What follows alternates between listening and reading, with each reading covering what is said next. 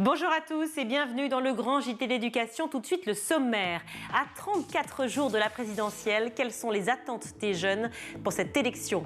Alors que tous les candidats mettent l'éducation à l'honneur dans leur programme, eh bien, nous avons voulu poser la question aux jeunes engagés en politique. Débat à suivre dans un instant. Ce lundi marque également le début de la semaine des mathématiques. À cette occasion, eh bien, nous recevrons le fondateur de Tangente, un magazine dédié aux maths qui récompense chaque année un livre sur la culture mathématique. Enfin, comme chaque lundi, on retrouvera Loïc Landreau qui sera là en deuxième partie d'émission. Cette semaine, il nous parle de cet exercice qu'on a tous adoré détester, la dictée.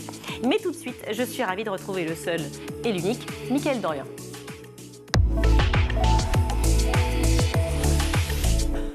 Ravi de vous retrouver, Mickaël. De même. J'ai repris cette place-là. Vous m'en voulez pas, vous étiez parfait. Mais non, vous m'avez manqué. Ah, c'est gentil.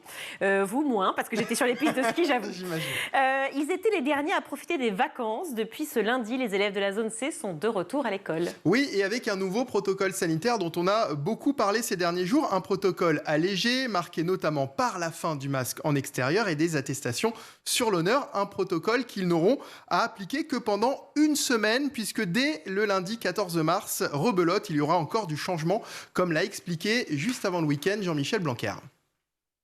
Chers élèves, avec la rentrée des vacances de février, vous avez pu enlever le masque en extérieur et maintenant, vous le savez, vous allez pouvoir enlever le masque à l'intérieur à partir du 14 mars.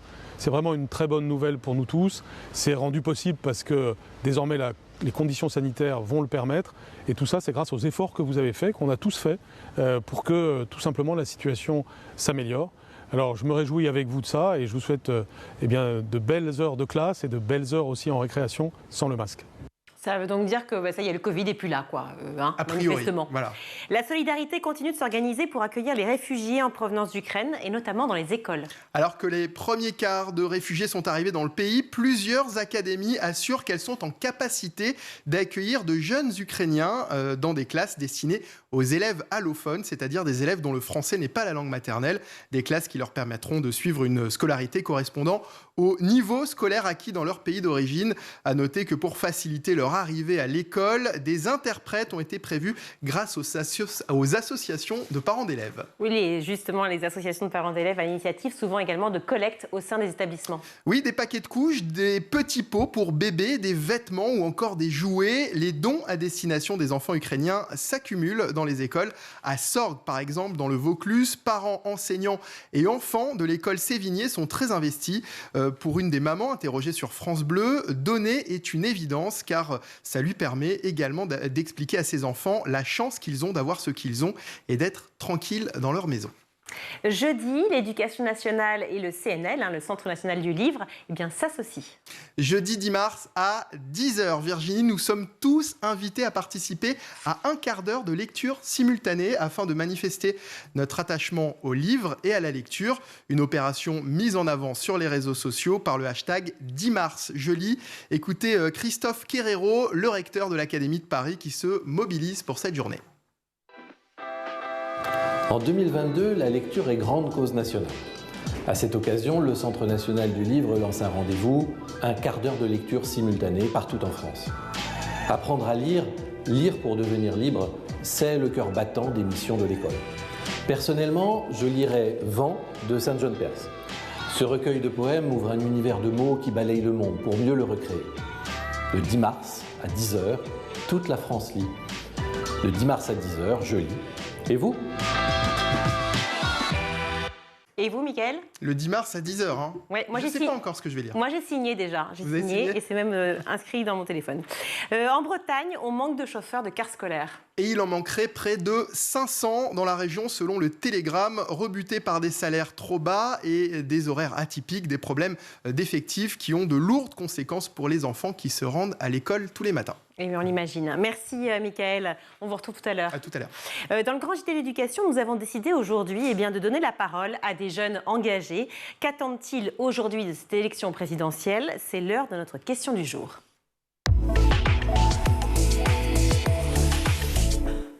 Et pour en parler, j'accueille Tristan Péglillon. Bonjour. Bonjour. Merci d'être avec nous. Vous êtes coordinateur national des jeunes avec Annick Jadot, candidat écologiste à l'élection présidentielle.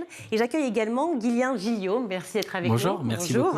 Vous êtes un des référents à Paris des jeunes avec Emmanuel Macron qui vient tout juste, ça y est, enfin tout juste, jeudi dernier, d'annoncer enfin sa candidature. Ouf, ça y est, vous soufflez? C'est ça, oui, on est très heureux. Il est venu tout à l'heure au QG pour nous saluer et faire débuter à présent cette campagne malgré le contexte international. Donc on est très content de pouvoir enfin commencer. Enfin commencer, mais finalement vous avez déjà commencé bien avant, j'imagine. Oui, c'est ça. Depuis septembre, finalement, c'est vrai qu'on est sur les chapeaux de roue, sur le terrain, dans une première temps avec un phase de rappel du bilan. Et puis maintenant, on va pouvoir bientôt, je pense que les premières propositions risquent de sortir. Donc on va pouvoir enfin parler aux Français de ce second quinquennat que nous souhaitons avoir. Alors justement, les propositions, évidemment, qu'on va en parler d'un côté comme de l'autre, et même de tous les côtés. Il y a des 12 candidats à la présidentielle. Ils sont nombreux, cette année aussi. Mais avant cela, il y a, comme vous le savez, une situation de crise hors du commun. Après le Covid, on ne pensait pas qu'on arriverait jusque-là. La guerre en Ukraine donc, a chamboulé, évidemment, toute la campagne présidentielle. Emmanuel Macron a affiché sa solidarité avec le peuple ukrainien. Sa gestion de la crise, ou en tout cas ce soutien, justement, sans faille à l'Ukraine, l'a fait immédiatement grimper dans les sondages. Quel est votre sentiment déjà, tous les deux, par rapport à la crise? Est-ce que c'est juste une posture d'Emmanuel Macron de se positionner en homme et président solidaire par rapport à l'Ukraine, ou est-ce que vraiment on est dans le débat d'idées précisément maintenant? Tristan. Pour commencer, moi j'ai peut-être peu d'accord sur le fond avec Emmanuel Macron, mais je trouve qu'en l'occurrence, il a été au niveau. Peut-être pas surtout, peut-être qu'il n'a pas été le plus grand diplomate de l'histoire. On nous vendait qu'il arriverait à empêcher une guerre. Bon, finalement, elle a lieu. Pour autant, moi je suis heureux aujourd'hui d'avoir globalement, par ailleurs, un consensus autour de beaucoup de candidatures sur le fait que oui, nous devons être solidaires avec le peuple ukrainien. Mais vous dites quand même qu'en fait, on attendait à ce qu'il soit efficace sur effectivement la diplomatie. C'est ce qu'on nous a expliqué. On nous l'a toujours vendu comme un grand diplomate. Et au final, le bilan du quinquennat, de ce côté-là, laisse à désirer, selon moi.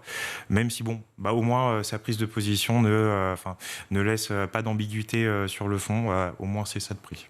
J'imagine que ce n'est pas votre avis, Guilain Gilliot. Mais je suis tout de même heureux que Tristan puisse reconnaître, parce que c'est pas le cas de tout le monde, qu'il y a des aspects positifs dans tout ça. Et je pense que, je suis en tout cas très fier de moi la posture que le président a adoptée, parce qu'il est toujours resté dans le dialogue. Et c'est finalement, je pense, ce qu'il faut faire dans cette crise. On doit être extrêmement fier, et je pense que c'est finalement la posture qu'il doit avoir, parce qu'il est aussi président du Conseil de l'Union européenne, et c'est très important d'avoir cette position d'unité à la fois pour nous dans le pays, avec l'ensemble des Français, et puis au niveau européen, parce que nous devons, je pense, sur ce sujet, avoir une position qui est claire et qui doit être commune pour imposer finalement notre vision des choses face à Vladimir Poutine.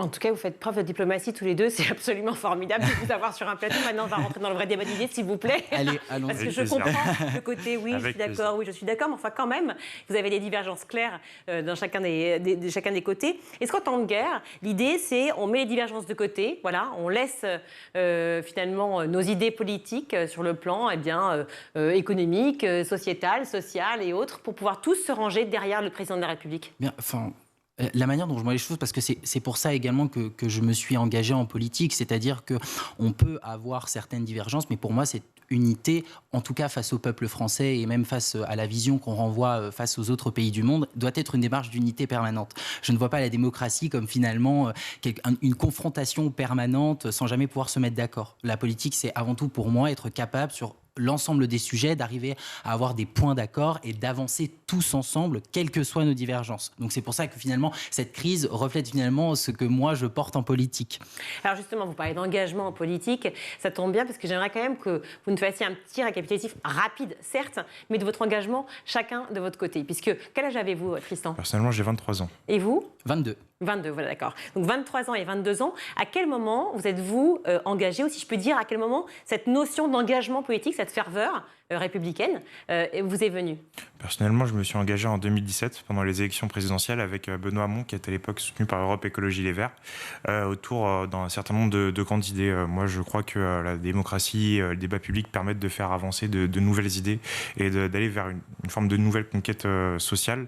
Donc, je pensais par exemple au revenu universel, à la transition écologique, à la 6e République, parce que je crois qu'aujourd'hui, on vit une époque de crise depuis un certain temps déjà, une crise sociale, démocratique et environnementale. Et voilà, personnellement, si je m'engage, c'est parce que je crois que l'engagement politique permet de faire avancer ces idées et permettra demain de changer la vie des gens pour de vrai. Mais alors, vous aviez tout juste 18 ans, donc en 2017. Est-ce que déjà au collège, donc bien avant, ou au lycée, est-ce que vous aviez déjà cette envie, cette idée forte de la chose publique? Alors, peut-être pas autant que depuis que je suis arrivé à l'université. Pour moi, c'est surtout à l'université que j'ai pu développer ma conscience politique. Mais oui, moi, j'étais pro Eva Joly en 2012 à 13 ans. Et en dehors de ça, c'est quelque chose dans ma famille qui a toujours été quelque chose d'important, cette idée selon laquelle, oui, on devait faire corps et on devait participer au débat pour faire avancer nos idées et notamment avancer vers plus de justice sociale et affronter la crise du XXIe siècle, la crise écologique.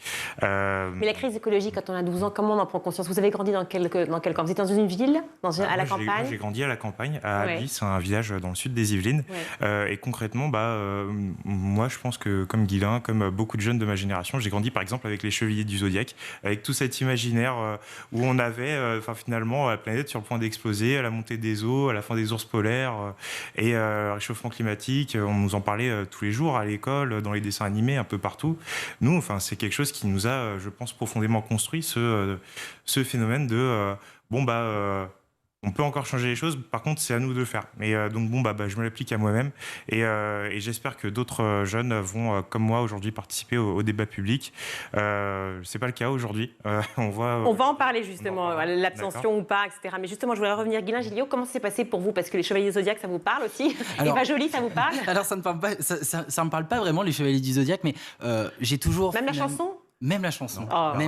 Je regrette. Non, je suis vraiment désolée. Mais, pour moi, finalement, j'ai toujours un peu eu une âme de leader. J'ai été délégué de classe, toutes ces choses comme ça qui ont fait qu'on aimait bien prendre les choses en main pour les autres. J'ai fait également beaucoup de sport. J'ai fait de la gym, donc c'était un sport très individuel. Donc ça forme un peu cette culture de vouloir... Être individuel forme à la politique, vous voulez dire? Oui, en tout cas, je trouve, moi, ça m'a beaucoup aidé. C'est inquiétant ce que vous dites quand même. On pense pas collectif? Non, mais dans la manière de, en tout cas, de ne jamais lâcher, de ne jamais se résoudre. C'est sur ça que je voulais insister. Et puis après, il y a deux choses essentielles. J'ai fait du théâtre pendant 3 ans, intensément au lycée. Et en fait, on faisait à chaque fois passer des messages dans les spectacles qu'on pouvait jouer en fin d'année. Et je me suis dit à un moment, comment est-ce que, sur certains sujets de société, plutôt que de faire passer des messages, comment est-ce qu'on peut agir véritablement? Ça a été le premier déclic. Et donc, je me suis dit, en fait, j'ai envie d'agir pour les autres. J'ai envie de faire avancer des sujets. Et la deuxième chose, c'est que j'ai été finalement une victime collatérale d'APB.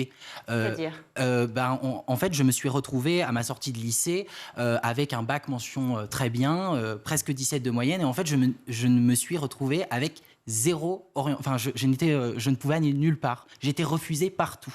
Je ne comprenais pas pourquoi. Je n'ai d'ailleurs jamais su pourquoi, parce qu'en fait, APB, c'était finalement un tirage au sort, avec un algorithme qui finalement choisissait ou pas les élèves. Et donc, moi, j'ai été cette victime-là. Et en fait, j'ai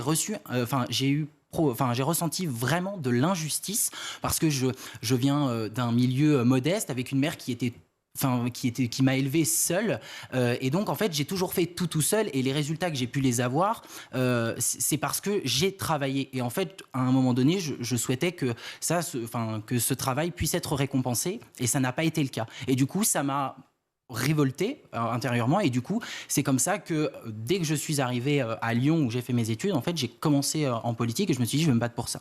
Vous vouliez vous engager finalement? Voilà, je voulais m'engager. Et pour vous, Emmanuel Macron est le candidat de la méritocratie?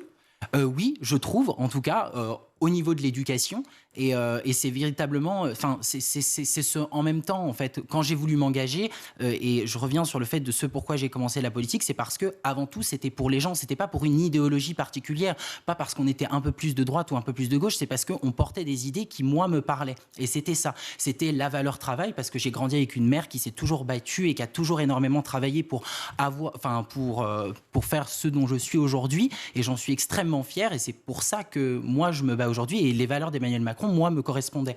Mais ce sont un peu les valeurs qu'on retrouve chez tous les candidats, finalement, la valeur travail, non? J'imagine que la valeur travail, pareil. On a un large débat sur ce qu'est la valeur travail, mais je pense qu'aujourd'hui, tout le monde encourage le travail. Au-delà de ça, je pense... mais je pense que... Alors déjà, moi, personnellement, j'aimerais défendre un droit à la paresse, mais c'est un débat un peu plus long. Au-delà de ça, moi, on en reviendra. Est-ce que du coup, je peux peut-être répondre sur cette question de Parcoursup? Écoute, c'est amusant parce que moi, c'est le premier mouvement socialiste sur lequel je me suis vraiment engagé. Parce que personnellement, moi, j'étais pas un bon élève au lycée. Moi, j'ai eu mon bac au rattrapage. Et à l'époque, s'il n'y avait pas eu APB, le système à l'époque d'université publique de secteur, je n'aurais pas eu de place à l'université. Parce que concrètement, moi, je l'ai vu, je me suis engagé à Trappes beaucoup, à Mantes-la-Jolie beaucoup, à Versailles aussi. Et j'ai vu à l'époque quelque chose qui s'appelle la sociologie. Et en fait, concrètement, quand je suis allé sur ces lycées à l'époque, voir ces jeunes qui avaient l'âge de mon petit frère, de ma petite sœur, eux n'avaient pas de place à l'université, à Trappes ou à Mantes-la-Jolie. La première semaine d'APB, personne n'avait rien du tout. Alors qu'à Versailles, dès le premier jour, tout le monde avait 5-6 choix. Bon, on n'avait pas notre premier choix, mais tout le monde avait quelque chose. Au-delà de ça, personnellement, moi, je suis allé à la fac de secteur. Je suis allé à 50 ans en Yvelines. J'ai fait de l'histoire. C'était pas quelque chose de très prestigieux. Mais là-bas, j'ai pu me former. Pourquoi c'est pas prestigieux, faire la fac d'histoire à 50 ans? Parce que c'est pas, je sais pas, c'est pas l'ENS, c'est pas Sciences Et vous Politiques. prétendiez à Sciences Po, à l'ENS? Non, pas particulièrement. Moi, je voulais juste pouvoir faire une fac de secteur, me former et concrètement pouvoir découvrir à terme un métier. Et aujourd'hui, Parcoursup a pour moi détruit cette chose-là. Aujourd'hui, avec la sélection à l'université, je ne suis pas sûr que j'aurais eu un jour une place à l'université. Alors que, tu parles de cette question à l'instant, Guylain, du tirage au sort. Moi, je suis d'accord avec toi. C'était une honte. Mais pour moi, en fait, concrètement, en mettant en place la sélection à l'université, on n'a pas résolu le problème qui se posait avec la sélection à l'université, le manque de place qu'on avait. Et en fait, pour moi, il est là le plus gros échec d'Emmanuel Macron sur l'aspect éducatif, c'est qu'on est entré dans une logique que plutôt de donner une place à tous ceux qui méritaient d'en avoir une, parce qu'il a le mérite, c'est d'avoir le baccalauréat. Et en fait, tout simplement, on a mis de côté... De poursuivre ses études quand on a le bac, en tout cas. C'est ça, de pouvoir faire des études quand on a le baccalauréat. Et on a dit que non, désormais, tout le monde n'aurait peut-être pas cette chance. Et donc là où, en fait, on aurait eu besoin d'un investissement à l'époque de 2 milliards d'euros par an, plutôt que de mettre en place un service national à l'université, on aurait pu, tout simplement, former plus d'enseignants, ouvrir des salles de classe, créer des universités. On en a ouvert. Réponse, on a ouvert plus de places dans les universités, dans les secteurs de ce qu'on appelait en tension. Et ce que tu dis sur le fait, quand tu as dit il manque de place, en fait il manque de place dans certains secteurs, mais parce que aussi, je veux dire, on ne va pas former plus de métiers qu'il n'en faudrait, déjà d'une. Et ce qui est assez paradoxal, c'est que on a à l'université, par exemple, cette année, bien qu'il y ait certains élèves qui n'aient pas pu trouver de place peut-être dans le secteur qu'il y avait encore 130 000 places dans notre pays, dans l'enseignement supérieur, qui étaient libres. Et mais donc, comment c'est possible? Attendez, excusez-moi, donc c'est peut-être pas une question. Moi, je pense, très honnêtement, je pense qu'il y a une réforme, une véritable réforme et un débat à avoir sur l'orientation. On a commencé, nous, à le faire, et Emmanuel Macron a commencé à le faire déjà en revalorisant la formation professionnelle. Aujourd'hui, on avait 280 000 contrats d'apprentissage en 2017. Aujourd'hui, on en a plus de 700 000. Donc vraiment, ça fait combien de véritables apprentis? On a inversé la... Non, mais ça fait combien? Parce que c'est... Enfin, je me permets de répondre là-dessus. Ça veut dire qu'on a revalorisé finalement cette branche du travail pour montrer qu'en fait, il fallait sortir d'un peu cette culture qu'on avait, qu'il fallait obligatoirement aller à l'université parce que l'université, c'était plus prestigieux que d'aller en formation professionnelle. En fait, c'est ça. La majorité des gens qui aujourd'hui justement sont en apprentissage sont dans l'enseignement supérieur. Oui, mais parce que aussi on a permis finalement, on a élargi un petit peu l'âge. Maintenant, de 18 à 29 ans, c'est vrai, on peut à tout moment commencer au milieu de l'année une formation professionnelle. Et je trouve que c'est plutôt bien parce que peut-être qu'on a choisi une voie à l'université et finalement on s'y sent pas bien. On trouve que c'est pas ce qui nous correspond. Et donc on peut rentrer dans cette voie professionnelle. Moi j'ai été extrêmement surpris parce que finalement j'avais un peu aussi cette culture de me dire il faut absolument que j'aille à l'université, que je fasse du droit. Ça c'était un peu, en tout cas moi dans le milieu rural dans lequel j'étais, quand on savait pas ce qu'on voulait faire, c'était fais du droit, fais de la psycho, tu vas voir, c'est très bien. Mais en fait, moi j'ai des amis qui à 16-17 ans gagnaient déjà leur premier salaire et en étaient extrêmement fiers. Et moi je suis toujours à 22 ans, je vais finir mes études là, mais je veux dire, je ne travaille pas, eux ont déjà pu le faire et je trouve que c'est extrêmement valorisant. Et aujourd'hui, quelqu'un qui est en formation professionnelle, parfois, gagne bien mieux que quelqu'un qui a fait un bac+5, qui se retrouve à l'université et qui commence son premier emploi. Et donc, je pense qu'il y a vraiment une réflexion sur l'orientation, notamment pour former dans les filières et les métiers d'avenir. Je suis assez d'accord. Je peux répondre. Oui, allez-y, parce que comme on a peu de temps... D'accord. Là-dessus, pour te répondre, je suis assez d'accord avec toi. Aujourd'hui, évidemment, il y a une réforme importante à avoir concrètement sur ce que doit être l'enseignement supérieur. Au-delà de ça, l'université, déjà, ça ne forme pas que à un métier, mais pour répondre, pourquoi est-ce qu'aujourd'hui, il y a 130 000 places qui sont disponibles dans l'enseignement supérieur de manière générale? C'est parce que tout le monde n'a pas envie de tout faire. Aujourd'hui, qu'est-ce qu'on dit à nos enfants? Travaille bien à l'école, comme ça, tu pourras choisir ce que tu veux faire. Prends ce qui reste. Et donc, en fait, il y a effectivement... C'est la question du choix, en fait, dont vous parlez. C'est-à-dire qu'en fait, si on veut aller vers les filières professionnelles, on peut. Et si on veut aller vers l'université ou autres écoles, on peut. Enfin, on pourrait. Et concernant les contrats d'apprentissage, déjà, il faut mettre en perspective le fait qu'un contrat d'apprentissage ne vaut pas un apprenti. On a tous les ans des ruptures de contrats d'apprentissage. Et donc, on se retrouve avec, finalement, pour 700 000 et quelques... apprentis, environ 500 000 apprentis. Mais au-delà de ça, faut aussi mettre en perspective le fait que le contrat d'apprentissage aujourd'hui est venu faire une forme de lame de fond vis-à-vis du contrat de professionnalisation. Aujourd'hui, on a engrangé concrètement plus de 80 000 contrats de professionnalisation qui sont partis vers l'apprentissage. Donc finalement, cette réforme, elle est pour moi à discuter. Et faut. J'ai pas dit qu'elle était parfaite. Il faut continuer. Mais pour moi, faut pas se tromper d'éléments là-dedans. Aujourd'hui, la question, c'est quel modèle on veut pour demain. Je suis d'accord sur le fait qu'évidemment, on a un enjeu qui est majeur sur l'apprentissage et concrètement sur l'éducation, sur l'orientation. Et pour moi, c'est un peu dommage quand la loi majeure du quinquennat, c'est Parcoursup, que ce soit un échec. Mais je pense, je me permets juste de répondre 30 secondes. Oui. Tu soutiens un candidat qui est profondément écologiste et moi, je considère que le mien l'est tout autant. Mais je pense que justement, dans les filières de la transition écologique, il y a vraiment quelque chose à faire et que ça part de l'orientation pour donner envie à un certain nombre de jeunes de se tourner vers ces filières. Alors justement, on y vient parce que 34 jours avant l'élection présidentielle, c'est donc demain, clairement, vous représentez tous les deux effectivement deux candidats à l'élection présidentielle. Aujourd'hui, selon un sondage Ipsos, 66% des jeunes estiment que les responsables politiques ne se préoccupent pas assez de leur génération. On vit une période très difficile, évidemment, il y a le Covid, la guerre aujourd'hui, plus tout le reste qu'on connaît par cœur, c'est-à-dire le pouvoir d'achat, le manque de solidarité, l'ambiance qui est très difficile chez les jeunes. Comment, justement, on peut redonner espoir, finalement, à cette jeune génération? Qu'est-ce que vous disent les jeunes que vous rencontrez? Est-ce que, déjà, ceux que vous rencontrez, quand vous vous tractez ou que vous avez parlé, est-ce qu'ils ont envie d'aller voter, là, dans 34 jours? Non. 45% des jeunes seulement iront voter à cette élection présidentielle. Alors, il y a effectivement, les sondages sont toujours très différents, on le sait. D'ailleurs, ça en dit long sur la possibilité du premier tour, des résultats du premier tour. Il y a des sondages qui disent que 66% des jeunes iront voter, sondage Ipsos. D'autres sondages disent non, effectivement, c'est pas tout à fait vrai, 85%. Quand on voit juste les régionales, 87% d'abstention chez les jeunes. Après, pour les régionales et les départementales, je pense qu'aussi il y a un sujet sur le fait que, et même les adultes ne savent pas ce que fait la région et le département pour eux. Ça, je pense que c'est... C'est dû à quoi, ça ? peut-être un millefeuille territorial qui commence à être assez... on n'y comprend plus rien, c'est tout. Et c'est compliqué. Moi, alors, si on n'y comprend plus rien, pardon, mais qu'est-ce que vous faites là? Si on n'y comprend plus rien, pourquoi vous êtes là aujourd'hui à vous engager pour des choses dont on ne comprend rien et finalement, on n'arrive toujours pas à les expliquer? Parce que je pense que tous les deux, ce qui nous pousse, c'est qu'on veut changer les choses et qu'on veut essayer justement de faire en sorte que les gens y comprennent quelque chose. Les jeunes, moi, quand on leur parle, alors oui, parfois ils sont perdus, mais je pense qu'on doit avoir un discours de responsabilité en leur disant qu'en fait, il ne faut pas qu'on décide à leur place. Et avant de leur dire de voter pour Emmanuel Macron, je leur dis juste votez tout court. Intéressez-vous au programme des candidats et ce à quoi finalement vous avez envie de vous tourner. Qu'est-ce que vous avez envie pour demain? Et juste une petite chose chez les jeunes avec Macron, nous on a essayé de parler aux jeunes ou en tout cas de faire en sorte qu'ils s'intéressent. C'est notamment ce qu'on a fait avec nos affiches qu'on fait depuis le départ. Quand on a repris les codes Netflix, c'est des codes jeunes et en fait c'était juste pour que le jeune, quand il voit ça, il se dit tiens, je vais m'intéresser un petit peu. Déjà, vous voulez dire qu'en fait c'est plus les idées qui priment, c'est la manière de faire? C'est avant c'est les idées, mais c'est aussi le fait de pourquoi on ne s'intéresse pas à la politique, c'est parce que finalement les jeunes ont l'impression qu'on ne leur parle pas.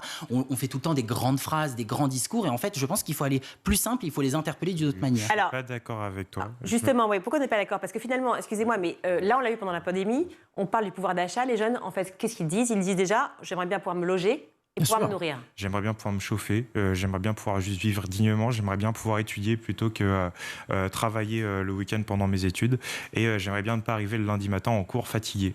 Et ça, en fait, ça s'entend, je crois. Mais bien sûr. Et aujourd'hui, malheureusement, le bilan d'Emmanuel Macron de ce côté-là, c'est quand même 4 baisses des APL qui ont touché principalement les jeunes. Donc, on peut reparler des 5 euros, mais pour te répondre, concrètement, de manière plus générale, j'aimerais qu'on ne soit pas moralisateur vis-à-vis des jeunes. Moi aussi, j'aimerais que tous les jeunes aillent voter. En revanche, il va falloir aussi prendre en compte effectivement ce sentiment qu'à un moment, ils se sentent méprisés par tous les responsables publics. Par ailleurs, je vous renvoie dos à dos tous ceux qui ont eu l'occasion de gouverner ces 30 dernières années. Pour les jeunes, qu'est-ce qui a changé? À part que c'est toujours plus dur de vivre dignement quand on est jeune aujourd'hui. Et plus que jamais, c'est pour ça que moi, je suis fier d'avoir un candidat qui revendique la mise en place d'un revenu citoyen à hauteur de 980 € par mois dès l'âge de 18 ans. Parce qu'en fait, ça permet au quotidien de pouvoir faire ses études dignement.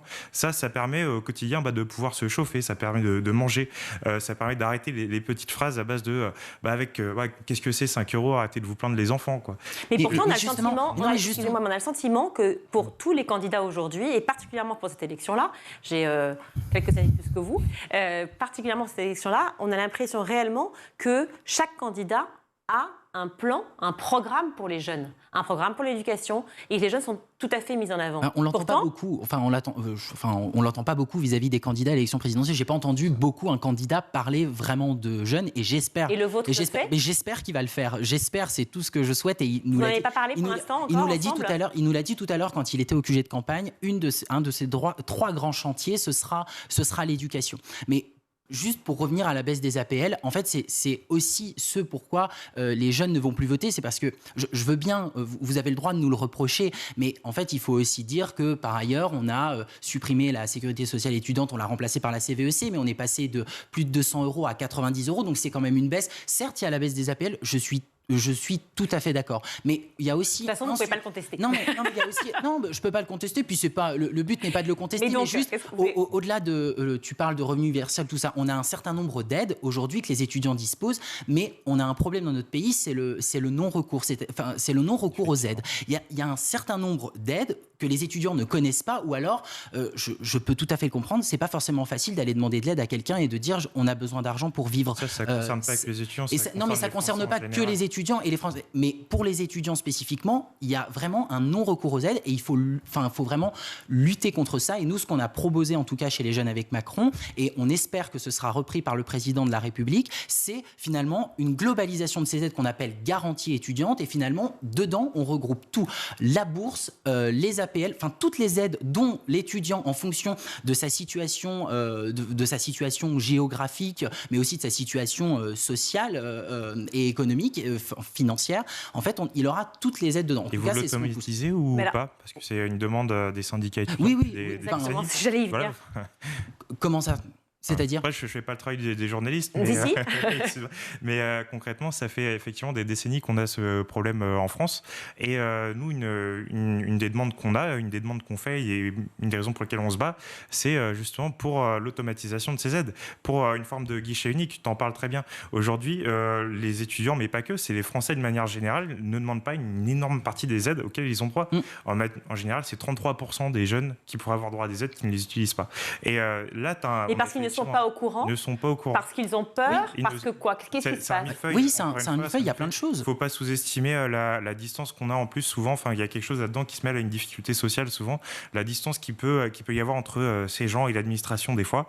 Et du coup, je crois qu'aujourd'hui, on a un enjeu qui est majeur là-dedans, à rendre automatique ces aides. C'est des gens qui sont déjà en grande souffrance, qui sont déjà en grande précarité. Faisons ce pas vers eux. Vous en avez parlé justement avec Emmanuel Macron? Je suis plutôt d'accord. Vous qui êtes si proche d'Emmanuel Macron cet après-midi? J'en ai pas parlé personnellement à Emmanuel Macron, mais en tout cas, les jeunes avec Macron, nous, on pousse vraiment vers cette garantie étudiante et en tout cas au fait qu'aujourd'hui, les étudiants qui sont dans une détresse, il faut qu'on prenne en compte cette réalité-là et il faut qu'ils aient droit aux aides dont ils peuvent bénéficier. C'est vraiment un véritable enjeu et je pense qu'on se battra pour ça. Alors, je suis ravi de voir que vous reprenez des demandes qu'on fait depuis des décennies. Mais ça prouve qu'on est capable d'écouter les revendications. C'est vrai, je peux avoir fait 5 dernières années du coup, mais je sais pas ce qui motive du coup le fait que ça se fasse maintenant, mais c'est chouette en tout cas. Bon, on est content. Voilà. On peut imaginer une association, en fait, Jadot-Macron. Non, mais pourquoi pas? On n'en est pas loin. Ça se ferait en exclusivité sur School TV, alors? Je considère que, quelles que soient nos divergences politiques, je pense qu'on veut tous aller dans une même direction avec finalement des sensibilités qui sont plus fortes que d'autres. Justement, attendez. On gouverne, du coup, justement, parce qu'on va y venir. Quand je vous entends parler tous les deux, je reprends quand même une étude menée par le cabinet Boston Consulting Group, qui, publiée par les Échos l'année dernière, dans le top 3 des préoccupations des jeunes. On arrive en premier, c'est l'environnement. Deuxième, l'éducation. Troisième, la lutte contre les inégalités. Donc ça veut dire que l'environnement dont vous parlez, l'écologie, de manière plus globale, finalement, on en parle depuis 10 minutes ensemble. Pourtant, c'est pas le candidat écologiste, en tout cas estampillé écologiste, c'est le vôtre, c'est Yves Jadot. Donc pourquoi, tout d'un coup, on a besoin d'avoir un candidat... Pardon, Yannick Jadot, j'ai dit Yves. Pourquoi on a le droit d'avoir, si vous voulez, une étiquette écologiste et pourquoi l'écologie n'est finalement pas un thème généralisé tous les candidats à l'élection présidentielle? Là-dessus, il y a quand même, faut pas se tromper. Pendant des décennies, le Parti socialiste a porté la question sociale et était pourtant pas le seul à en parler. De la même manière, je crois que c'est le seul. C'était à l'époque, pendant des années, pendant des décennies, le parti avec le Parti communiste qui ont permis d'obtenir avec les syndicats beaucoup d'avancées sociales. De la même manière, je crois que si on veut des avancées pour l'environnement plus importantes, on aura toujours besoin d'un parti écologique toujours plus fort. Et par ailleurs, c'est aussi ça qu'on voit. La montée de ces idées dans les politiques du gouvernement, c'est parce que concrètement, il y a une attente écologiste qu'elle n'est pas seulement parmi les préoccupations des gens, mais que les gens la font monter au pouvoir, comme c'est le cas progressivement. Aujourd'hui, on a un peu partout en France des grands élus écologistes qui apparaissent. On a un groupe qui est revenu au Sénat, on espère un groupe qui va venir à l'Assemblée. C'est parce que des écologistes arrivent en responsabilité un peu partout, parce qu'on espère qu'ils vont pouvoir prendre la présidence de la République, qu'on arrivera à avoir des politiques écologistes. C'est pas les seuls à parler de ça. On peut avoir une politique écologiste, dont vous parlez, qui soit aussi en accord avec la détresse réelle des étudiants d'aujourd'hui, parce que quand on pense justement à se nourrir et à se loger, est-ce qu'on peut penser écologie? Pardon, je fais l'avocat du diable, mais bien sûr. Est-ce que c'est pas aussi une espèce d'utopie, une idée de riche? Je suis pas d'accord, justement.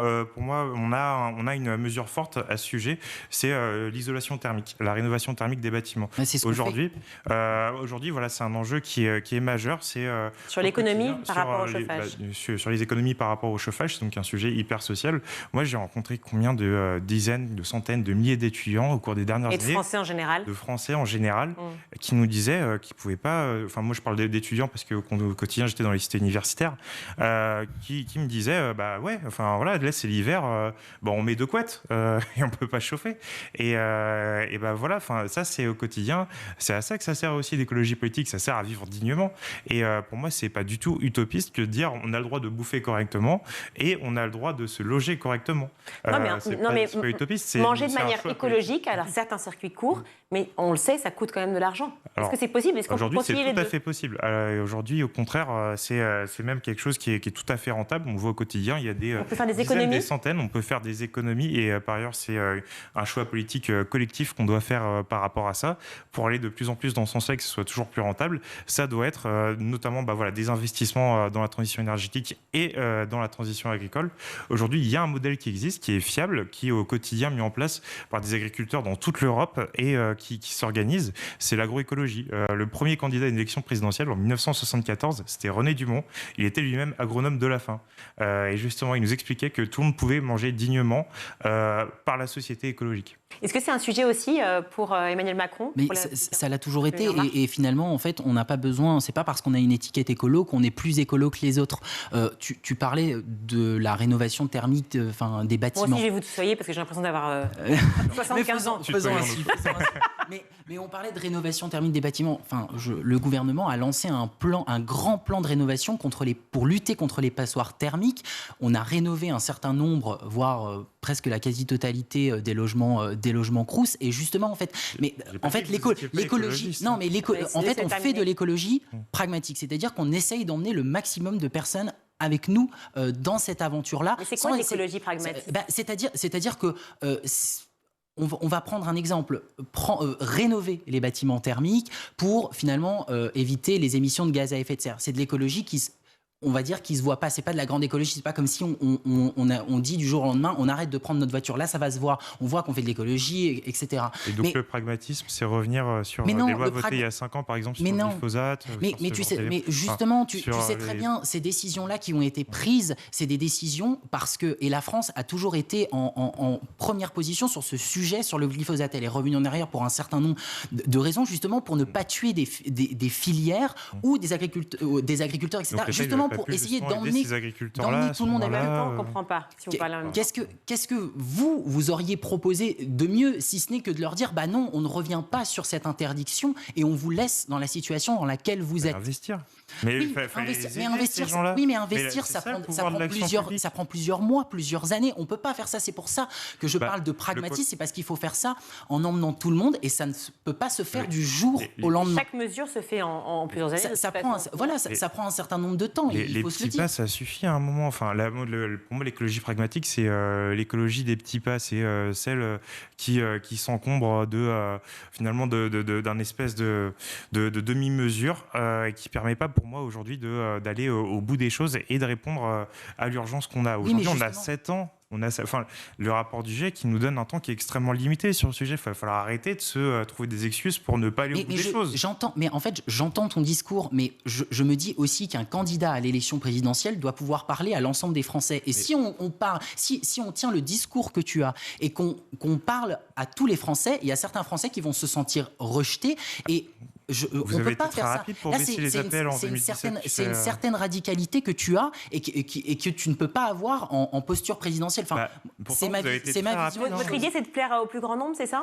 C'est pas de plaire au plus grand nombre, c'est d'emmener les gens au maximum avec nous pour justement ne froisser personne et que les choses puissent se faire petit à petit et qu'il y ait des évolutions. Est-ce qu'on n'est pas obligé de est-ce que finalement on ne froisse pas toujours forcément quelqu'un à partir du moment où on fait des propositions fortes? Aujourd'hui, nous, aujourd'hui ce qu'on souhaite proposer avec Yannick Jadot, c'est un projet qui soit à la hauteur d'une part de la situation et d'autre part qui ne fasse pas peser la société écologique sur ceux qui par ailleurs aujourd'hui ne polluent pas. Parce que par ailleurs, ceux qui sont plus en difficulté, ce ne sont pas ceux qui prennent 12 fois l'avion par an, ce ne sont pas ceux qui ont des piscines, ce sont concrètement les pauvres, ceux qui galèrent à chauffer, ces gens-là ne polluent pas. Donc au contraire, la société écologique, c'est ceux qui va les aider. Et moi par ailleurs, je suis pour dire qu'à un moment, les plus riches, ceux qui polluent le plus, vont devoir contribuer à hauteur aujourd'hui de ce qu'ils polluent pour la transition écologique. Une taxe en fait. Moi je suis pour une taxe, un retour de l'impôt sur la fortune, un impôt sur la fortune écologique et qui permette concrètement de taxer au quotidien les plus pollueurs d'entre eux. L'ISF serait réservé uniquement Ce serait en fonction, finalement, ce serait proportionnel à ce qu'on pollue. Et comme par hasard, c'est ceux qui ont des yachts qui polluent le plus. Donc, ils ne sont pas quand même non plus extrêmement nombreux à avoir des yachts dans le monde. Mais l'image est, je pense assez claire quand même. C'est, là-dessus, c'est... Quand on repense, on reparle, si vous voulez, de l'étude qui a été menée et qu'on voit les préoccupations majeures chez les jeunes aujourd'hui, et quand on voit que c'est l'environnement qui arrive en premier, comment est-ce possible d'avoir une telle dichotomie, pardon, je repose la question, mais telle dichotomie entre les discours des candidats à la présidentielle, qui certes ponctuent de temps en temps leur discours sur l'environnement et l'écologie, et ce besoin de tous ceux qui vont faire la force de travail de demain d'aller vers une véritable économie tournée vers l'environnement. Je pense qu'il y a une... C'est le mot de la fin. Il y a un enjeu là-dessus qui est évident. C'est la part de ces groupes d'intérêt aujourd'hui en France qui sont très forts, de ces lobbies, on peut se le permettre, je crois. Ce lobby du nucléaire, d'une part, ce lobby du pétrole, qui aujourd'hui, concrètement, ont plus de poids sur les gens que les jeunes. Je peux juste répondre, je conclus. Avec Yannick Jadot, ce qu'on propose, c'est de mettre en place une loi de séparation des lobbies et de l'État. La République en a besoin, notre République est abîmée, on en a besoin pour rénover notre débat démocratique et pour rétablir en sincérité ce débat et avoir des politiques écologiques de qualité qui vont dans le sens des gens. Est-ce que c'est pas antinomique, une séparation des lobbies et de l'État ? En fait, moi quand j'entends le premier lobby que tu cites, c'est le lobby du nucléaire. Et en fait, moi, ça me sidère parce que le nucléaire, c'est quand même l'énergie qui pollue le moins, qui rejette le moins de CO2 chez nous. Et aujourd'hui, on est fiers d'avoir cette indépendance énergétique parce que, au regard, ne serait-ce que du contexte international. Exactement. Donc, en fait, je pose juste la question. Il nous faut, bien sûr, des éoliennes, des panneaux solaires. Il nous faut tout ça. Mais on ne peut pas non plus faire sans le nucléaire parce que sinon, il faut expliquer à l'ensemble de la population qu'il faudrait avoir une sobriété énergétique qui, je pense, les Français ne sont pas capables encore d'accepter. De la fin. On parle du nucléaire, c'est marrant. Quand Poutine commence à bombarder juste à côté de centrales nucléaires, on est tous en flip et on se dit pas qu'il y a peut-être un petit sujet du coup de ce côté-là. Voilà, c'est tout. Je pense que la situation internationale. Merci en tout cas à tous les deux d'avoir été avec nous. Tristan Péguillon, je rappelle que vous êtes coordinateur national des jeunes avec Yannick Jadot, candidat écologiste à l'élection présidentielle, et également Guylain Gilliot. Merci, vous êtes un des référents à Paris des jeunes avec Emmanuel Macron. Écoutez, bonne chance à tous les deux. Merci. Dans 34 jours, n'est-ce pas ? Ce sera le premier jour. Exactement. Restez avec nous dans un instant. On s'intéresse à Tangente, un magazine dédié aux maths qui récompense chaque année un livre sur la culture mathématique. Son fondateur sera avec nous. À tout de suite.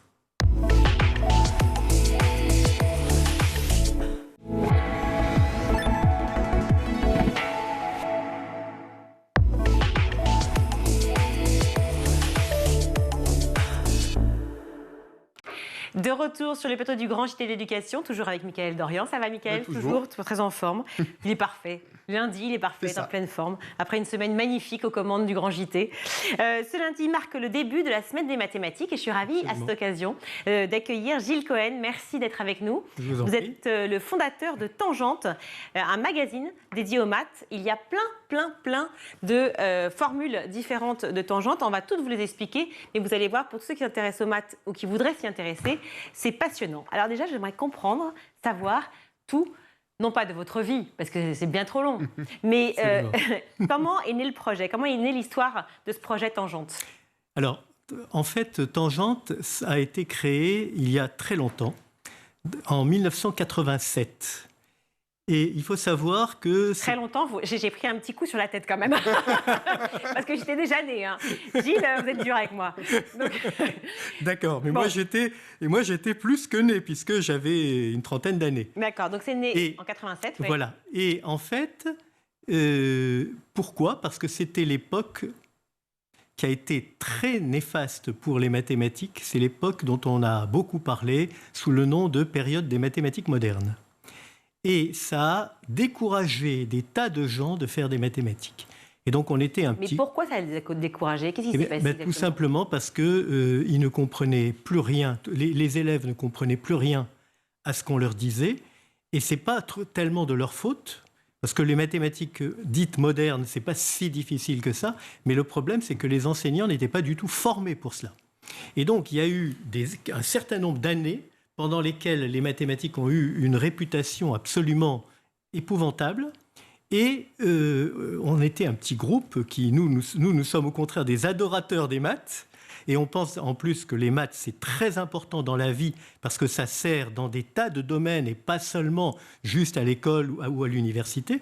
Alors justement, c'est un vrai sujet en ce moment, puisque tout le monde parle de déficit au niveau français des mathématiques et aussi de la lecture, de l'apprentissage de la lecture. Voilà. Donc, est-ce que vous discutez toujours autant avec les professeurs de maths qui vous entourent et avec la profession de ce problème de l'enseignement des mathématiques à l'école? Alors absolument, non seulement on en discute, mais on en parle beaucoup dans nos magazines, dont Tangente Éducation, qui est un magazine spécialement destiné aux enseignants.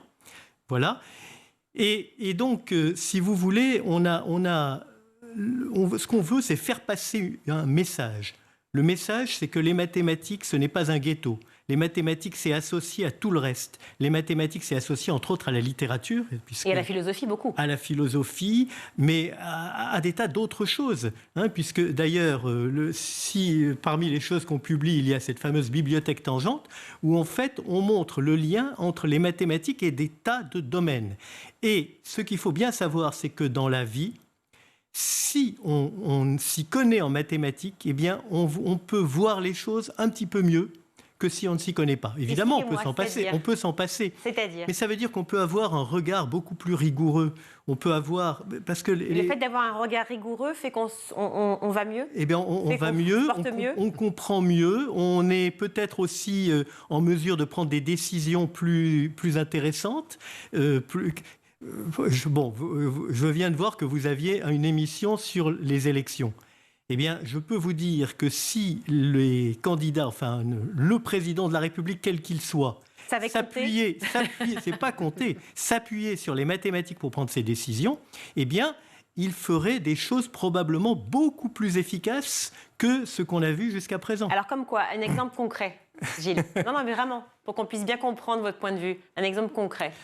Si vous voulez, n'importe quelle décision va avoir des conséquences que l'on peut mesurer, parce qu'en France, on a quand même des organismes qui sont très bons au niveau, par exemple, des statistiques. Et on sait mesurer des tas de choses. Le problème, c'est qu'il faut que les décisions que l'on prend s'appuient sur des statistiques bien précises et sur des modèles, parce que les mathématiques permettent de faire ce qu'on appelle des modèles, et s'appuient sur des modèles qui sont réalistes. Or, si on ne s'appuie pas sur des statistiques, on peut inventer n'importe quel modèle en disant, voilà, ça va marcher de cette façon ou de telle... Enfin, les statistiques, c'est aussi les sondages en période électorale. On sait que les sondages ne sont pas toujours fiables, par exemple. Oui, qu'est-ce qu'on pourrait en dire ? Les statistiques, là, je ne parle pas les sondages, effectivement, c'est un élément statistique, mais moi je parle des statistiques sur les choses qui se sont déjà passées et que l'on produites et que l'on peut mesurer. Je vais pas... on n'est pas dans le conditionnel. Non, on n'est pas dans le conditionnel, mais je ne vais pas m'étendre là-dessus. Non, parce qu'on a peu de temps et je veux qu'on parle du club. Voilà, mais prenons l'exemple de la gestion du Covid. Eh bien, honnêtement, si on avait... on s'était appuyé sur des statistiques qu'on pouvait avoir et qu'on n'a pas cherché suffisamment à avoir, eh bien, on aurait été beaucoup plus rapide pour gérer les choses. Et puis aussi, on aurait pris des décisions moins discutables. Bon, voilà. On est heureux de savoir qu'il y a peut-être une solution via les maths pour le gouvernement. Pour beaucoup de choses. Expliquez-nous comment Tangente est présente au lycée, Gilles Cohen. Voilà. Alors, indépendamment, d'abord, il faut savoir que le magazine lui-même, qui est un magazine de culture mathématique, qui parle de mathématiques sans faire cours, on ne fait pas du tout de cours à l'intérieur. Comme celui-ci, voilà, par exemple. Ça c'est celui qui est actuellement en vente. Qui est présent en kiosque. Qui est présent en kiosque, parce qu'effectivement, c'est le seul magazine au monde de mathématiques présent chez les marchands de journaux en kiosque. Dans n'importe quel pays, ça n'existe pas. Alors, en quoi ça consiste chez les lycéens ? Et alors, je vous presse, parce que comme on a très peu de minutes... Voilà. Alors, l'intérêt, c'est que c'est lisible par un grand nombre de personnes, mais c'est vrai que c'est plutôt à partir du niveau lycée, c'est clair. L'intérêt de Tangente, c'est de présenter n'importe quel concept mathématique sous une forme inhabituelle. Ce n'est pas une forme de cours, mais c'est raconter une histoire. N'importe quel concept raconte une histoire. J'ai quelque chose que j'aime beaucoup expliquer, c'est que dans l'histoire d'un concept, il y a aussi toutes les ratés. Il y a des tas de grands mathématiciens qui n'ont pas su résoudre un problème, résoudre une question, etc. Eh bien, quand les élèves voient qu'un concept que eux ne comprennent pas forcément, eh bien, des grands mathématiciens n'ont pas su faire ce qu'il fallait avec, n'ont pas su le comprendre, eh bien, quelque part, ils se vexent pas de ne pas comprendre, parce que c'est normal de ne pas comprendre. Mais est-ce que c'est pas plus angoissant de penser que personne n'arrive à comprendre? Non, au contraire. On arrive à comprendre, mais avec le temps. Avec le temps, on arrive à comprendre.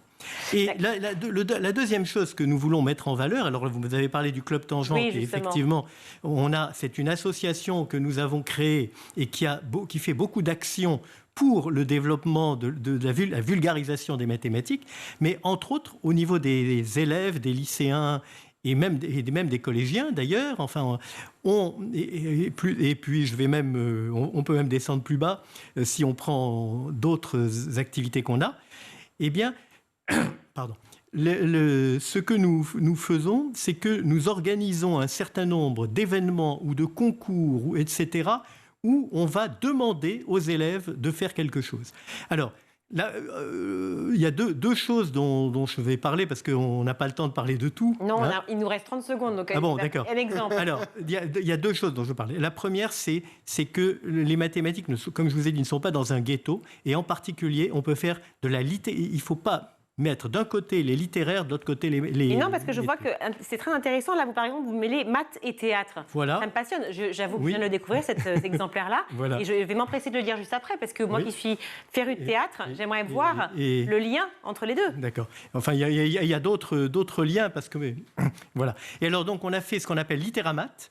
Littéramat, c'est une liste de livres qui ont été publiés par des éditeurs et qui quelque part parle de mathématiques, et les listes Littéramat, il y a une liste pour le primaire, une liste même pour la maternelle, une liste pour le collège, une liste pour le lycée, une liste pour le supérieur, etc. C'est des livres qui existent, qui ont été publiés, qui sont de grand public et qui sont quand même que des jeunes peuvent lire. D'accord ?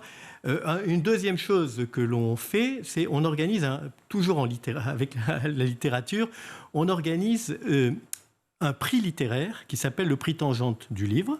C'est-à-dire que lorsque des livres sortent, ils font tous l'objet de recensions dans Tangente, et ensuite il y a une présélection et on fait voter des gens pour élire le prix Tangente. Mais ce que nous faisons aussi, et où on s'est un petit peu inspiré du Goncourt, c'est qu'il existe un prix Tangente des lycéens. C'est-à-dire qu'il y a plusieurs dizaines de lycées, plusieurs centaines même, qui participent à ce prix Tangente des lycéens. Il y a 10 livres qui sont présélectionnés. Oui. Ils font lire leurs 10 livres à des dizaines de lycéens par lycée. Donc au total, ça fait des milliers de lycéens. Et ensuite, eh bien, on décerne un prix, c'est-à-dire tous les élèves, tous les lycéens votent. D'accord. Et à la fin de l'année, à l'année scolaire, on décerne le prix littéraire. Bon, j'espère que vous l'aurez, Michael. Je vais m'y mettre dès maintenant. Merci mille fois, Gilles Cohen, d'avoir été avec nous. Je rappelle que vous avez donc été le fondateur, c'est ça, de Tangente. Oui. Voilà, que vous pouvez retrouver à la fois dans les kiosques, à la fois Tangente Éducation pour tous les professionnels de l'éducation, mais vous connaissez déjà par cœur. Voilà. Et puis, effectivement, leur série qui existe. Voilà. Et à la bibliothèque, chez les bons libraires. Des bibliothèques Tangente. Ça s'appelle la bibliothèque Tangente. Des opus qui sont un peu plus spécialisés, dirons-nous, sur les maths. Merci mille fois, Gilles Cohen. Tout de suite, c'est l'heure de la chronique de Loïc Landreau qui nous parle aujourd'hui de la dictée.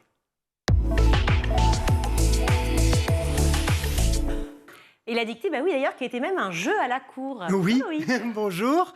Oui, déjà la première question qu'on peut peut-être se poser, c'est à quel moment l'orthographe est devenue une préoccupation pour les gens? Parce que je ne veux pas vraiment critiquer les anciens, mais jusqu'au XVIIe siècle, on en avait un peu cure de l'orthographe. J'aime bien quand vous dites cure comme ça. Puis il y a un petit côté un peu hautain. J'ai l'ancien François de l'époque, voyez-vous. Pourquoi en fait finalement ça n'avait pas d'importance? Tout simplement parce qu'il y avait assez peu de gens qui savaient écrire, premièrement. Et deuxièmement, la France était encore très régionalisée, territorialisée. Et dans chaque territoire, en réalité, eh bien, on avait une langue française, certes, mais un tout petit peu adaptée, et donc un orthographe adapté. Et c'est Louis XIII qui a voulu en fait uniformiser tout ça au niveau de l'État. Il a d'ailleurs créé pour ça l'Académie française, oui messieurs, dames, en 1634, pour qu'elle travaille donc sur une façon de figer un petit peu les choses pour tout le monde. Et alors à quel moment ça devient une vraie préoccupation pour l'école? Alors ça prend un peu de temps, parce que déjà il faut que les académiciens ils se mettent d'accord entre eux. Il y a des millions de mots, il y a des millions de tournures grammaticales, orthographiques qu'il faut d'abord figer. Il y avait un petit peu de taf. Mais à partir quand même du XVIIIe siècle, eh bien les premiers dictionnaires sont distribués et publiés un petit peu partout dans les écoles. Et c'est là qu'arrive alors l'exact opposé de la dictée, qui s'appelle la cacographie. Est-ce que ça vous parle? Caco comme cacophonie? Exactement. Mais vous avez fait grec LV2. J'ai fait Loïc Landreau LV3. ça marche, et puis il y a du boulot, effectivement. Effectivement, donc la cacographie, elle est utilisée dans l'enseignement primaire dès 1752, et ça consiste en fait à donner aux enfants un texte truffé de fautes d'orthographe, et donc on leur demande tout simplement de les corriger. Attendez, cacophonie, c'est quand on s'entend plus et que c'est bruyant. Alors, truffé de fautes d'orthographe, on les voit pas. Eh ben, on les entend pas, en tout cas. Cacographie, donc on met plein de fautes, effectivement, dans le texte. Donc ça, c'est complètement... c'est ce qui se passe, en fait, à cette époque-là. Et c'est un exercice qui est utilisé de façon assez inégale, c'est vrai, jusqu'au 19e siècle. Et puis, il est petit à petit abandonné, parce que les pédagogues se disent qu'en fait, c'est un peu contre-productif, en réalité. C'est-à-dire qu'au lieu de figer dans la tête des enfants la bonne façon d'écrire un mot, en fait, on leur dit, voilà le mauvais mot tel qu'on l'a inventé, trouvez-le. Donc en fait, les pédagogues se sont dit, non, c'est peut-être pas la bonne façon. Et donc c'est là en fait que la dictée arrive et elle est même un divertissement à la cour de Napoléon III. Alors ça, c'est intéressant parce que, alors, franchement, pour nous tous, je crois que la dictée, c'est pas du tout un plaisir. Enfin, c'était pour moi, en tout cas, pas terrible. Pour vous, je ne sais pas, mais... Moi, j'étais assez bon. Il est parfait, ce Landreau. Oui, c'est vrai. Très, petit premier garçon de la classe. Oui, mais pas partout et pas tout le temps. On verra après. Non, mais en tout cas, à l'époque, il n'y avait pas Netflix, il n'y avait pas la PlayStation 5. Donc, on se marrait comme on pouvait. Ne jugeons pas. En fait, c'est l'impératrice Eugénie qui a introduit la dictée à la cour pour ses invités. L'impératrice Eugénie, qui n'est autre que la femme donc de Napoléon III. Et petit à petit, en fait, les mots deviennent de plus en plus compliqués pour corser un peu les choses, jusqu'en 1857, où l'impératrice demande au poète Prosper Mérimée de lui rédiger un texte bien charnu, bien piégeux, pour qu'elle le propose à ses invités, et puis il fera même date dans l'histoire. D'ailleurs, on a le nombre de fautes, alors je ne sais pas comment ils sont allés les prendre, mais on a le nombre de fautes que les participants ont fait au moment de cette première dictée. Alors, le moins bon élève, mesdames et messieurs, comme quoi faire de la politique, c'est pas grave, même si on ne sait pas écrire, c'est Napoléon III. Non. Il a fait 75 fautes à cette fameuse dictée. C'est beaucoup quand même, hein, c'est beaucoup. Il y avait peut-être des scribes, à mon avis, qui écrivaient pour lui, mais bon, bref. Avant-dernière, l'impératrice Eugénie, 62 fautes, c'est beaucoup aussi. Les femmes sont toujours meilleures.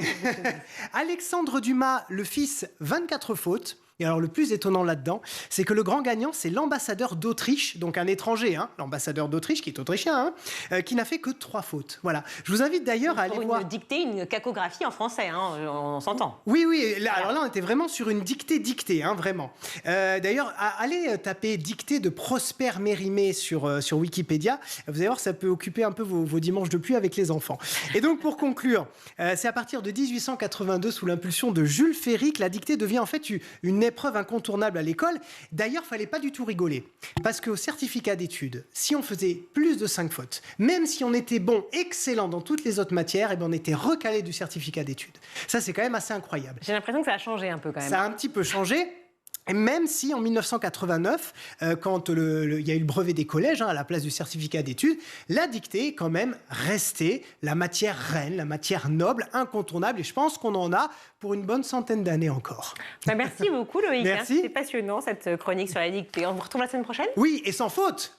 Oh Eh oui, messieurs, dames, je serai tous les soirs à la patate qui fume pour mon spectacle. Non, ne venez pas, ne venez pas.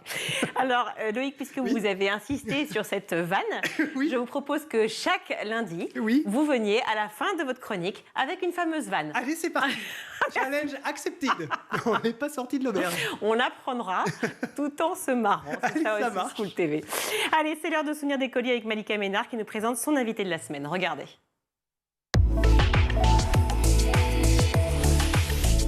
Bonjour à tous et bienvenue dans Souvenirs d'écolier. Chaque semaine, je reçois une personnalité qui se confie sur son enfance et sa scolarité. Et cette semaine, avec moi, Ty Chris. Bonjour. Bonjour. Alors, vous êtes athlète, entrepreneur, triple champion du monde de roller, vainqueur des X-Games. Vous avez également été animateur de télévision, consultant, et vous vous êtes lancé dans l'entrepreneuriat en 2014. Exactement, dans une boîte de télécom maintenant, une application qui s'appelle On-Off qui permet d'avoir un deuxième numéro, aussi une deuxième app. Bref, c'est une nouvelle aventure pour moi, mais c'est génial. Bon, l'exemple d'une reconversion sportive réussie. Oui, et même pas que sportive, parce que finalement, beaucoup de sportifs se reconvertissent normalement autour du sport. Ouais. Là, c'était vraiment un grand saut. Je partais de zéro, j'étais en bas de l'échelle. Je suis parti dans un monde très, très compliqué, régulé, les télécoms. Il fallait lever des millions d'euros et apprendre le métier, donc c'était génial. Si vous le voulez bien, on va faire un petit bond en arrière. On parlera de tout ça plus tard. On va revenir dans vos souvenirs d'enfance et d'écolier. Avec plaisir. Donc vous avez une scolarité un peu particulière parce qu'en fait vous n'avez jamais été à l'école. C'est ça. Je ne sais pas si vous allez avoir beaucoup de... Non, c'est pas arrivé pour l'instant. C'est clair, donc c'est un souvenir d'écolier, c'est un grand mot puisque je n'ai jamais été à l'école. Après, je ne suis pas du tout contre l'école. Hein. Quand je dis jamais, même pas en maternelle, rien, zéro. Déjà, en gros, vous naissez où vous... En fait, voilà, je suis né en Algérie, je suis arrivé en France quand j'avais 5 ans. Ouais. Ma mère est grecque, mon père algérien. Et... mes parents, au début, ils se sont dit qu'ils allaient m'envoyer à l'école avec mon frère, etc. Quand vous êtes arrivé en France ? Quand je suis arrivé en France, évidemment. Et ils ont lu un livre qui s'appelle « Libres enfants » de Summerhill sur un psychologue pour les enfants qui les a chamboulés. Et ils se sont dit, on a l'impression que si on les envoie dans une école traditionnelle, ça va un peu les brider. Et nous, on a envie que nos enfants fassent avant tout leur passion. Et donc, ils nous ont dit... Est-ce que vous voulez aller à l'école, mon frère? Bah oui, non. Il a quel âge, votre frère? Mon frère, il a 1 an et demi de plus que moi. Et du coup, ils ont dit, OK, vous n'allez pas à l'école.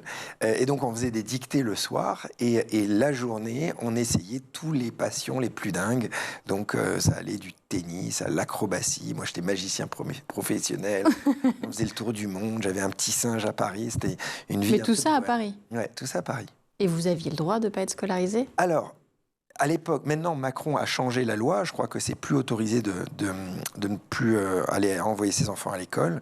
Mais à l'époque, on avait le droit, mais il fallait prouver finalement à l'éducation nationale que les enfants apprenaient. Et normalement, on devait nous faire passer des examens. Voilà, à 12 ans, etc. La réalité, c'est que le gouvernement ne nous a jamais demandé à mon frère et moi de passer les examens. Donc la réalité, j'ai aucun diplôme, etc. Il y avait finalement dans cette façon d'éduquer que mes parents ont choisi quelques défauts, mais beaucoup de qualités. Évidemment, les défauts, c'est que mes parents n'étaient pas suffisamment stricts, donc j'avais quelques faiblesses à l'écrit, faute d'orthographe, etc., ce genre de choses. J'avais quelques faiblesses un peu plus sur peut-être l'histoire ou les mathématiques. Par contre, j'avais une force incroyable, puisque j'avais l'école de la vie, qui était beaucoup plus forte que tout le monde. Mais c'était les deux ensemble qui jouaient le rôle de professeur? Oui, les deux ensemble, le soir. Alors un peu plus ma mère, parce que bon... Le soir? Ouais, le soir. La journée, c'était vraiment le kiff. On faisait tout le kiff, c'est-à-dire que mes parents, vraiment, c'était la passion et le rêve avant tout. Déjà, par exemple, quand on partait en vacances, ils nous montrent, malgré qu'on n'avait pas beaucoup d'argent, mon père était éducateur de prévention à l'époque, on prenait une carte du monde et mes parents nous disaient à mon frère et moi où vous voulez aller.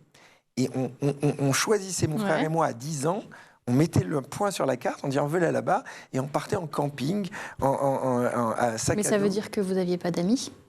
Alors, pour se sociabiliser? C'est vrai, ça c'est un très bon point, c'est que le fait de ne pas aller à l'école, on peut se dire qu'on n'avait pas d'amis, et heureusement, finalement, le roller m'a sauvé par rapport à ça.